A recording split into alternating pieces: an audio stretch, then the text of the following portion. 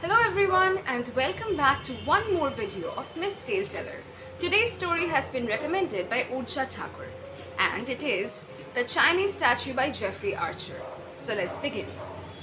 The little Chinese statue was the next item to come under the auctioneer's hammer. Lot 103 caused those quiet murmurings that always precede the sale of a masterpiece. The auctioneer's assistant held up the delicate piece of ivory for the packed audience to admire, while the auctioneer glanced around the room to be sure he knew where the serious bidders were seated. I studied my catalogue and read the detailed description of the piece and what was known of its history.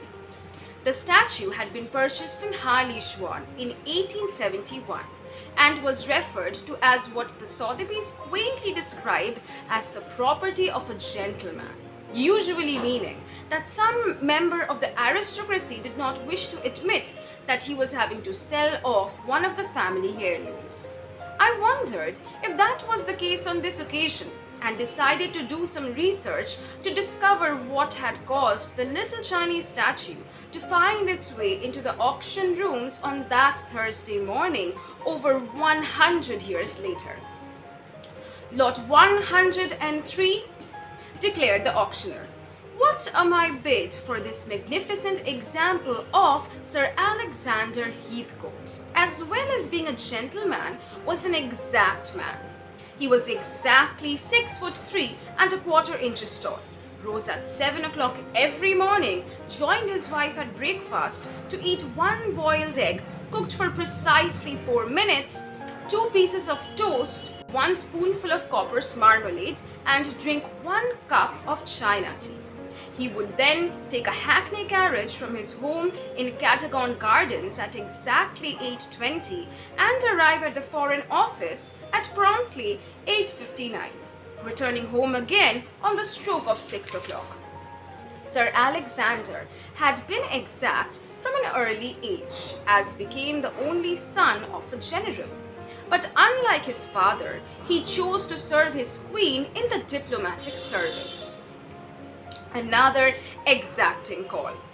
He progressed from a shared desk at the Foreign Office in Whitehall to 3rd Secretary in Calcutta, to 2nd Secretary in Vienna, to 1st Secretary in Rome, to Deputy Ambassador in Washington, and finally to Minister in Peking. He was delighted when Mr. Gladstone invited him to represent the government of China, as he had for some considerable time taken more than an amateur interest in the art of the Ming dynasty. This crowning appointment in his distinguished career would afford him what until then he would have considered impossible, an opportunity to observe in their natural habitat some of the great statues, paintings, and drawings, which he had previously been able to admire only in books. When Sir Alexander arrived in Peking after a journey by sea and land that took his party nearly 2 months, he presented his seals patent to the Empress Suzy and a personal letter for her private reading from Queen Victoria. The Empress, dressed from head to toe in white and gold, received her new ambassador in the throne room of the Imperial Palace. She read the letter from the British monarch, while Sir Alexander remained standing in attention. Her Imperial Highness revealed nothing of its contents to the new minister, only wishing him a successful term of office in his appointment. She then moved her lips slightly up at the corners, which Sir Alexander judged correctly to mean that the audience had come to an end. As he was conducted back through the great halls of the Imperial Palace by a mandarin in the long court dress of black and gold, Sir Alexander walked as slowly as possible, taking in the magnificent collection of ivory and jade statues which were scattered casually around the building, much in the way Cellini and Michelangelo today lie stacked against each other in Florence. As his ministerial appointment was for only 3 years, Sir Alexander took no leave, but preferred to use his time to put the embassy behind him and travel on horseback into the outlying districts to learn more about the country and its people. On these trips, he was always accompanied by a mandarin from the palace staff, who acted as an interpreter and guide. On one such journey, passing through the muddy streets of a small village with but a few houses called Halishuan, a distance of some 50 miles from Peking, Sir Alexander chanced upon an old craftsman working place. Leaving his servants, the minister dismounted from his horse and entered the ramshackle wooden workshop to admire the delicate pieces of ivory and jade that crammed the shelves from floor to ceiling. Although modern, the pieces were superbly executed by an experienced craftsman, and the minister entered the little hut with the thought of acquiring a small memento of his journey. Once in the shop, he could hardly move in any direction for fear of knocking something over. The building had not been designed for a 6'3¼ visitor. Sir Alexander stood still and enthralled, taking in the fine scented jasmine smell that hung in the air. An old craftsman bustled forward in a long blue coolie robe and flat black hat to greet him. A jet black plaited pigtail fell down his back. He bowed very low and then looked up at the giant from England. The minister returned the bow while the mandarin explained who Sir Alexander was and his desire to be allowed to look at the work of the craftsman. The old man was nodding his agreement even before the mandarin had come to the end of his request. For over an hour, the minister sighed and chuckled as he studied many of the pieces with admiration and finally returned to the old man to praise his skill. The craftsman bowed once again, and his shy smile revealed no teeth, but only genuine pleasure at Sir Alexander's compliments. Pointing a finger to the back of the shop, he beckoned the two important visitors to follow him. They did so, and entered a veritable Aladdin's cave, with row upon row of beautiful miniature emperors and classical figures. The minister could have happily settled down in the orgy of ivory for at least a week.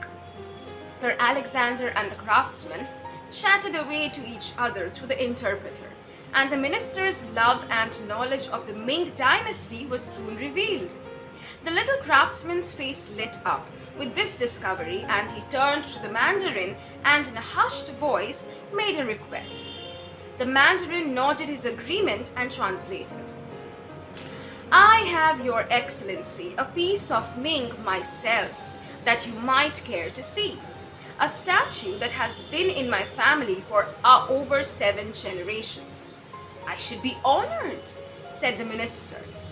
"It is I who would be honored, Your Excellency," said the little man, who thereupon scampered out of the back door, nearly falling over a stray dog and onto an old peasant house a few yards behind the workshop.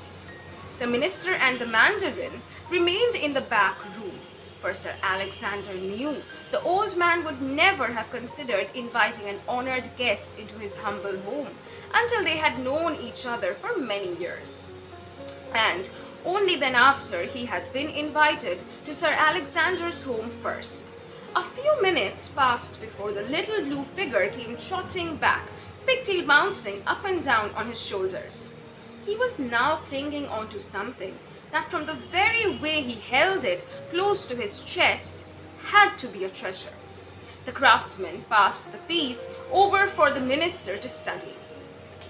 Sir Alexander's mouth opened wide, and he could not hide his excitement. The little statue, no more than 6 inches in height, was of the Emperor Kang, and as fine an example of Ming as the minister had seen. Sir Alexander felt confident that the maker was the great Pen-Q, who had been patronized by the emperor, so that the date must have been around the turn of the 15th century. The statue's only blemish was that the ivory base on which such pieces usually rest was missing. and a small stick protruded from the bottom of the imperial robes. But in the eyes of Sir Alexander, nothing could detract from its overall beauty. Although the craftsman's lips did not move, his eyes glowed with the pleasure of his guest evinced as he studied the ivory emperor. "You think the statue is good?" asked the craftsman through the interpreter. "It's magnificent," the minister replied. "Quite magnificent." "My own work is not worthy to stand by its side," added the craftsman humbly.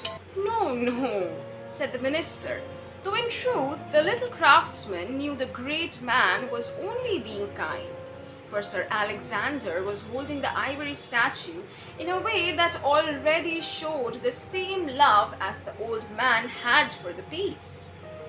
The minister smiled down at the craftsman as he handed back the Emperor Kang, and then he uttered perhaps the only undiplomatic words he had ever spoken in 35 years of serving his queen and country. "How I wish the piece was mine." Sir Alexander regretted voicing his thoughts immediately. He heard the Mandarin translate them, because he knew only too well the old Chinese tradition that if an honored guest requests something, the giver will grow in the eyes of his fellow men by parting with it. A sad look came over the face of the little old craftsman as he handed back the figurine to the minister. "No, no, I was only joking," said Sir Alexander quickly, trying to return the piece to its owner. "You would dishonor my humble home if you did not take the Emperor, Your Excellency." The old man said anxiously, and the Mandarin gravely nodded his agreement. The minister remained silent for some time. "I have dishonored my own home, sir," he replied, and looked towards the Mandarin, who remained inscrutable. The little craftsman bowed. "I must fix a base on the statue," he said, "or you will not be able to put the piece on view." He went to a corner of the room and opened a wooden packing chest that must have housed 100 bases for his own statues. Rummaging around, he picked out a base decorated with small dark figures that the minister did not care for, but which nevertheless made a perfect fit. The old man assured Sir Alexander that although he did not know the base's history, the piece bore the mark of a good craftsman.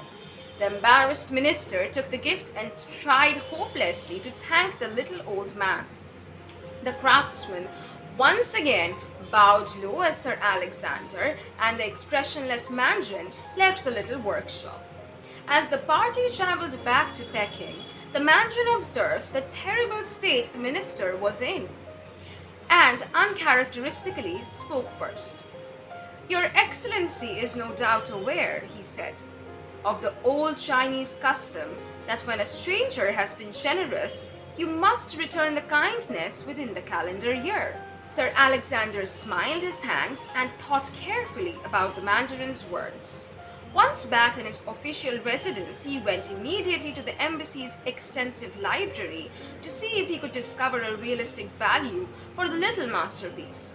After much diligent research, he came across a drawing of a Ming statue that was almost an exact copy of the one now in his possession, and with the help of the Mandarin, he was able to assess its true worth, a figure that came down to almost 3 years' emolument for a servant of the crown. The minister discussed the problem with Lady Heathcote, and she left her husband in no doubt as to the course of the action he must take. The following week, the minister dispatched a letter by private messenger to his bankers, Coates and Co. in the Strand, London, requesting them to send a large part of his savings to reach him in Peking as quickly as possible. When the funds arrived 9 weeks later, the minister again approached the Mandarin, who listened to his questions and gave him the details he had asked for 7 days later. The Mandarin had discovered that the little craftsman, Yang Li, came from the old and trusted family of Yang Shao, who had for some 500 years been craftsmen. Sir Alexander also learned that many of Yang Li's ancestors had examples of their work in the palaces of the Manchu princes. Yang Li himself was growing old and wished to retire to the hills above the village where his ancestors had always died. His son was ready to take over the workshop from him and continue the family tradition. The minister thanked the Mandarin for his diligence and had only one more request of him. The Mandarin listened sympathetically to the ambassador from England and returned to the palace to seek advice. A few days later, the Empress granted Sir Alexander's request. Almost a year to the day, the minister, accompanied by the Mandarin, set out again from Peking for the village of Halishuan. When Sir Alexander arrived, he immediately dismounted from his horse and entered the workshop that he remembered so well. The old man was seated at his bench, his flat hat slightly askew, a piece of uncarved ivory held lovingly between his fingers. He looked upon his work and shuffled towards the minister, not recognizing his guest immediately, until he could almost touch the foreign giant. Then he bowed low. The minister spoke through the Mandarin. "I have returned, sir, within the calendar year to repay my debt." "There was no need, Your Excellency. My family is honored that the little statue lives in a great embassy and may one day be admired by the people of your own land." The minister could think of no words to form an adequate reply and simply requested that the old man should accompany him on a short journey. The craftsman agreed without question, and the three men set out on donkeys towards the north. They traveled for over 2 hours up a thin winding path into the hills and behind the craftsman's workshop. And when they reached the village of Matien, they were met by another Mandarin, who bowed low to the minister and asked Sir Alexander and the craftsman to continue their journey with him on foot. They walked in silence to the far side of the village and only stopped when they had reached a hollow in the hill, from which there was a magnificent view of the valley all the way down to Halishuan. In the hollow stood a newly completed small white house of the most perfect proportions. 2 stone lion dogs' tongues hanging over their lips guarded the front entrance. The little old craftsman, who had not spoken since he had left his workshop, remained mystified by the purpose of the journey, until the minister turned to him and offered a small inadequate gift and my feeble attempt to repay you in kind. The craftsman fell to his knees and begged forgiveness of the Mandarin, as he knew it was forbidden for an artisan to accept gifts from a foreigner. The Mandarin raised the frightened blue figure from the ground, explaining to his countryman that the Empress herself had sanctioned to his minister's request. A smile of joy came over the face of the craftsman, and he slowly walked up to the doorway of the beautiful little house, unable to resist running his hand over the carved lion dogs. The 3 travelers then spent over an hour admiring the little house before returning in silent mutual happiness back to the workshop in Halishuan. The 2 men thus departed, honor satisfied, and Sir Alexander rode to his embassy that night, content that his actions had met with the approval of the Mandarin as well as Lady Heathcote. The minister completed his tour of duty in Peking, and the Empress awarded him the Silver Star of China, and a grateful queen added the KCVO to his already long list of decorations. After a few weeks back at the Foreign Office, clearing the China desk, Sir Alexander retired to his native Yorkshire, the only English county whose inhabitants still hope to be born and die in the same place, not unlike the Chinese. Sir Alexander spent his final years in the home of his late father with his wife and the little Ming Emperor. The statue occupied the center of the mantelpiece in the drawing room for all to see and admire. Being an exact man, Sir Alexander wrote a long and detailed will in which he left precise instructions for the disposal of his estate, including what was to happen to the little statue after his death. He bequeathed the Emperor Kang to his first son, requesting that he do the same, in order that the statue might always pass to the first son, or a daughter if the direct male line faltered. He also made a provision that the statue was never to be disposed of unless the family's honor was at stake. Sir Alexander Heathcote died at the stroke of midnight on his 70th year. His firstborn, Major James Heathcote, was serving his queen in the Boer War at the time he came into possession of the Ming Emperor.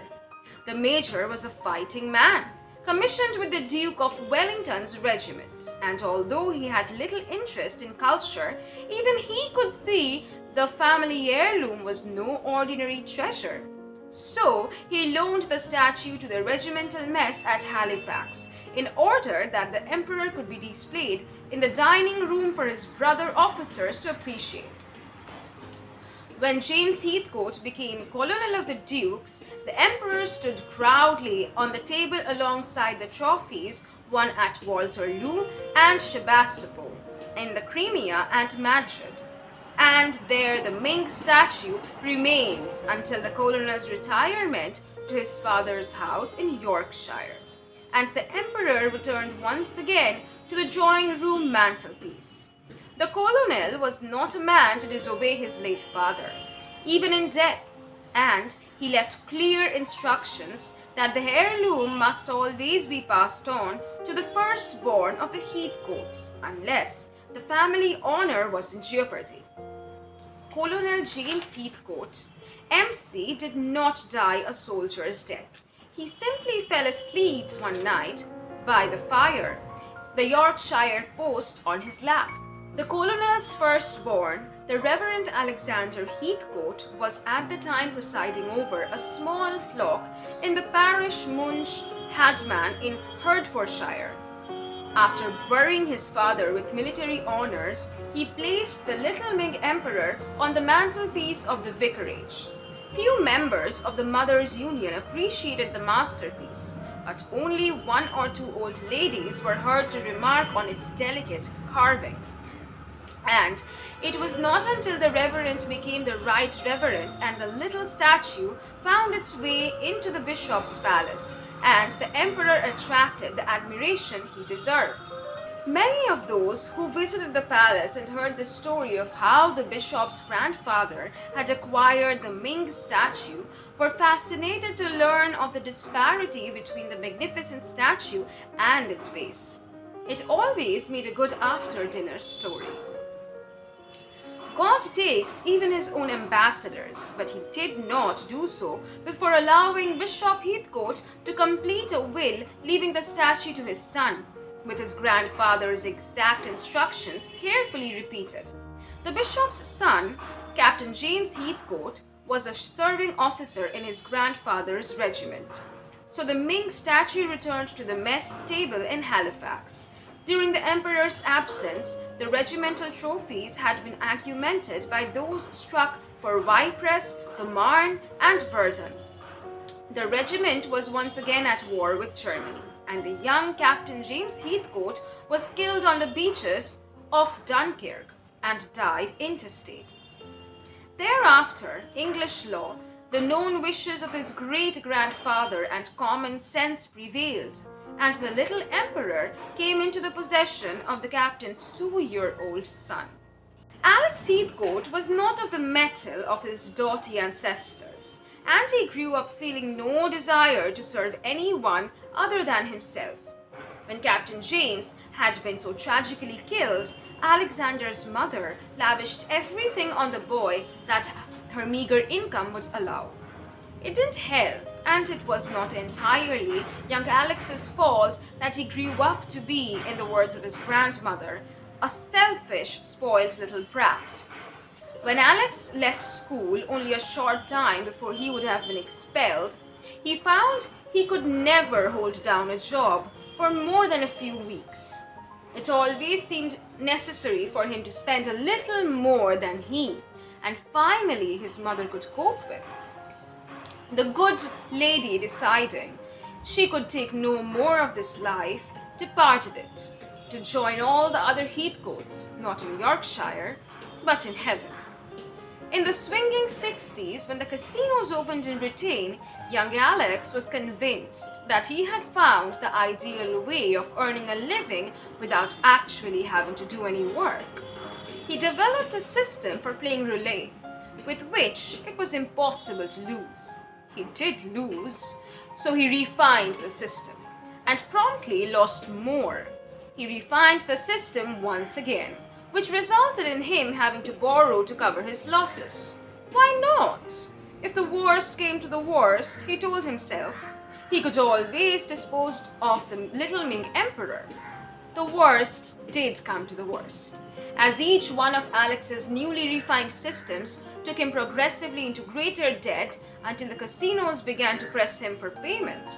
When finally one Monday morning, Alex received an unsolicited call from two gentlemen who seemed determined to collect some £80,000 he owed his masters, and hinted at bodily harm if the matter was not dealt with within 14 days. Alex caved in. After all, his great-great-grandfather's instructions had been exact. The Ming statue was to be sold if the family honor was ever at stake. Alex took the little emperor off the mantelpiece in his Cadogan Gardens flat and stared down at its delicate handiwork, at least having the grace to feel a little sad at the loss of the family heirloom.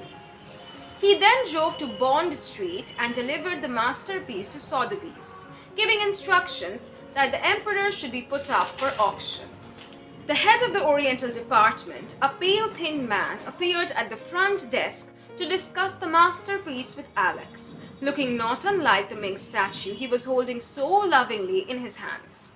"It will take a few days to estimate the true value of the piece," he purred, "but I feel confident on a cursory glance that the statue is as fine an example of pen-Q as we have ever had under the hammer." "That's no problem," replied Alex, "as long as you can let me know what it's worth within 14 days. "Oh, certainly," replied the expert. "I feel sure I could give you a floor price by Friday." "Couldn't be better," replied Alex. During that week, he contacted all his creditors, and without exception, they were prepared to wait and learn the appraisal of the expert. Alex duly returned to Bond Street on the Friday with a large smile on his face. He knew what his great-great-grandfather had paid for the price and felt sure that the statue must be worth more than £10,000, a sum that would not only yield him enough to cover all his debts, but leave him a little over to try out his new refined system on the roulette table. As he climbed the steps of Sotheby's, Alex gently thanked his great-great-grandfather. He asked the girl on reception if he could speak to the head of the Oriental department. She picked up an internal phone, and the expert appeared a few moments later at the front desk with a sombre look on his face. Alex's heart sank as he listened to his words. "A nice little piece, your emperor, but unfortunately a fake. Probably about 250 years old, but only a copy of the original, I'm afraid." "Copies were often made because how much is it worth?" interrupted an anxious Alex. £700, 800 at the most. "Enough to buy a gun and some bullets," thought Alex sardonically as he turned and started to walk away. "I wonder, sir," continued the expert. Yes, sell the bloody thing," said Alex without bothering to look back. "And what do you want me to do with the base?" "The base?" repeated Alex, turning round to face the Orientalist. "Yes, the base. It's quite magnificent. 15th century, undoubtedly a work of genius. I can't imagine how—" "Lot number 103, announced the auctioneer. What am I bid for this magnificent example of the expert turned out to be right in his assessment. At the auction at Sotheby's that Thursday morning, I obtained the little emperor for 720 guineas. And the base, that was acquired by an American gentleman of not unknown parentage for 22,000 guineas. Well, that was it, the Chinese statue. Honestly, I have never liked this story. It's so huge. I mean, kudos to the author because of his writing style and the narrative, but I just don't like the story. So, yes. Anyway, if you guys have any other story recommendations, do comment it below and I will be more than happy to read them out. And until my next video, stay happy and stay healthy. Goodbye.